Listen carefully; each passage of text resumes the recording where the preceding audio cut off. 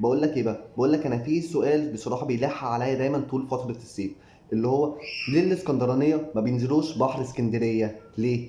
لان بكل بساطه هم عندهم حق. عشان لما اجي انا وعيلتي ادخل شاطئ في اسكندريه برسوم، وادخل ما بين الكراسي اعدي بالعافيه لحد ما يلاقي لي مكان فاضي ما بينه وما بين البحر، حواليه 15 متر كده مثلا. وطبعا بعد ما الاقي المكان الفاضي ده اللي هو ما بيني وما بين البحر اصلا مسافه، طبيعي جدا ان انا ما كنتش شايف طبعا البحر ولا حتى الرمله.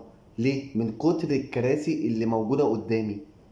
الكراسي دي من كتر الناس اللي قاعده بتحس الناس راشقه في حياه بعض، حاجه كده عامله شبه عيون الناس اللي راشقه في حياتنا، اللي انت مش قادر تتحرك منهم من كتر ما هم راشقين عيونهم في حياتك. ربنا يكفينا ويكفيكوا شرهم يا رب.